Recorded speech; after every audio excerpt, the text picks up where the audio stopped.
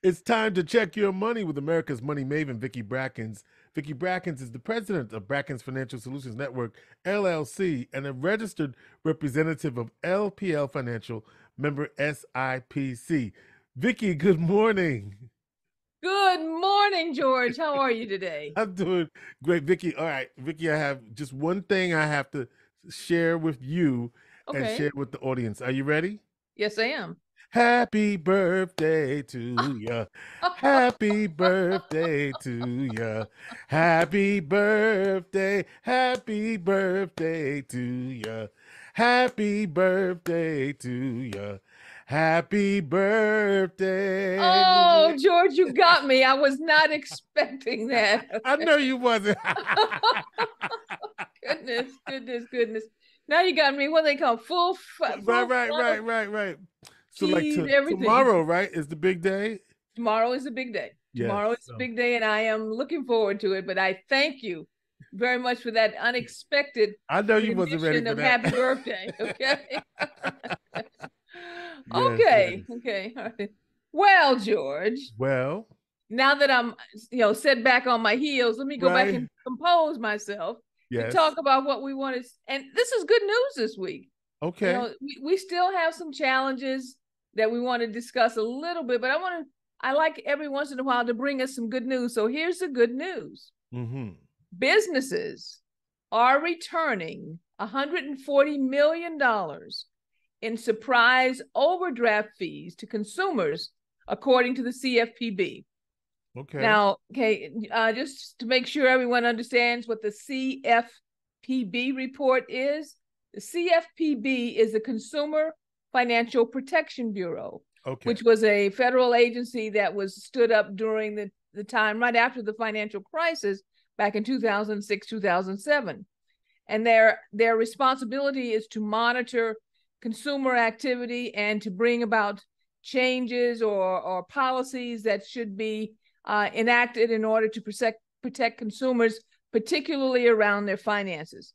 So here's the good news. I also saw an article that the president was getting ready to sign or propose legislation to get rid of all of these junk fees and special assessments and bank overdraft fees and so forth. And it looks like some institutions have on their own decided that they're going to try and get ahead of this new policy. And as a result, they are refunding $140 million to consumers, particularly around NSF fees. Do you know what an NSF fees is, George? It's called non-sufficient funds. Non-sufficient funds. I don't know why I know what that means. I just know you started out in banking. That's why you know, okay? From your early career areas as far as non-sufficient funds, which I'm sure at least once in our lives, many people who are listening have experienced, where you don't have enough money to cover the actual draft. I have to say draft now because before it was writing a check. Right. Draft, okay, or debit from your account that created not only the loss of funding as far as the amount of money that wasn't there, okay, as far as that charge, but also additional charges for the non-sufficient fund, and in some cases where you may have had overdraft protection. The overdraft protection, which is supposed to be a safeguard, also had an additional fee associated with it. So by the time you racked all of those things together, it was really a heavy responsibility on the consumer concerning non-sufficient fund charges. But there are many more that are being examined. through the new policies that the president is proposing and the CFP board, Consumer Financial Protection Bureau, are looking at as far as additional charges and overdraft fees and what they call junk fees that have been packed into many of our bills, on our cable bills, on our bank bills, on your credit card bills, that are driving consumers into deeper and deeper obligations and deeper debt. So that is what I would call a good news story, because consumers are winning at this point in time, at least in some way, concerning the reduction in or elimination of many of these junk fees. Here's a part of the story that's not so good, though. It's a sort of period paragraph. Bank charges relative to credit card interest rates. Now, you know what I do for a living here at Brackens Financial Solutions Network. I saw on a credit card statement 28.9% the other day. Yeah. 28.9%. And you know whose credit card statement that was? Whose? Vicki Brackens. I went, Whoa. what the hell? Whoa. Excuse me. Right. Yeah, go ahead. That's right. What That's is right. this? Okay. Right. So I got right on the phone and I called the institution and I said, what is this? And they gave me this story. Ma'am, well, you know, interest rates have been going up and everything is tied to the Federal Reserve rate. Right. And we just automatically started moving things up based on the new Federal Reserve rates. And there's really not much we can do about it. And you know what I said? I do this for a living, sweetheart.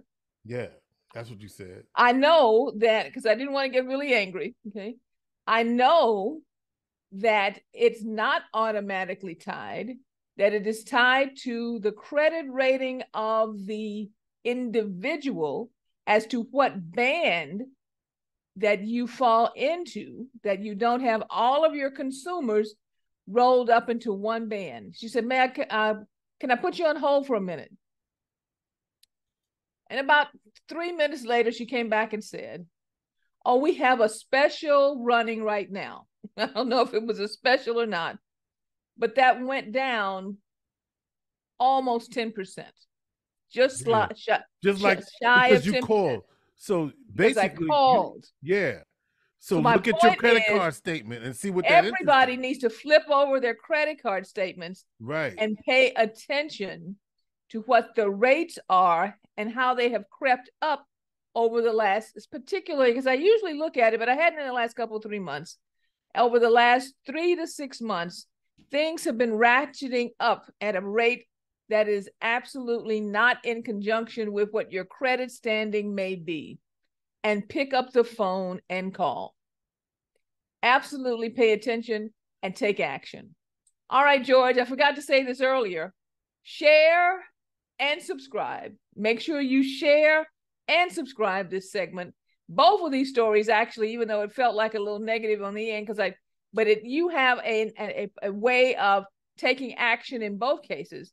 Share and subscribe. If you have questions, feel free to give me a call at area code 315-930-4499, or reach out to us at info@Brackens, BRACKENSFSN.com. And I'll happily say, I'm happy about my birthday. Thank you all for your birthday wishes. And our plate is full with chocolate cake. Before I say goodbye, I wanted to ask you, how do I get on your email blast? Because it's chock full of great information. I get it a couple of times. So tell me about that. How do I get on that list? Very simple. Go to info@BrackensFSN.com. And when you send that in, say, add me to your email distribution. That's all you need to say. Yeah. Add me to your email distribution, and we will happily do so. Okay. All right. Vicki Brackens is the president of Brackens Financial Solutions Network, LLC, and a registered representative of LPL Financial, member SIPC. You know what it is. It's her birthday. So if you see Vicki Brackens tomorrow, you tell her happy birthday and that she is America's money maven.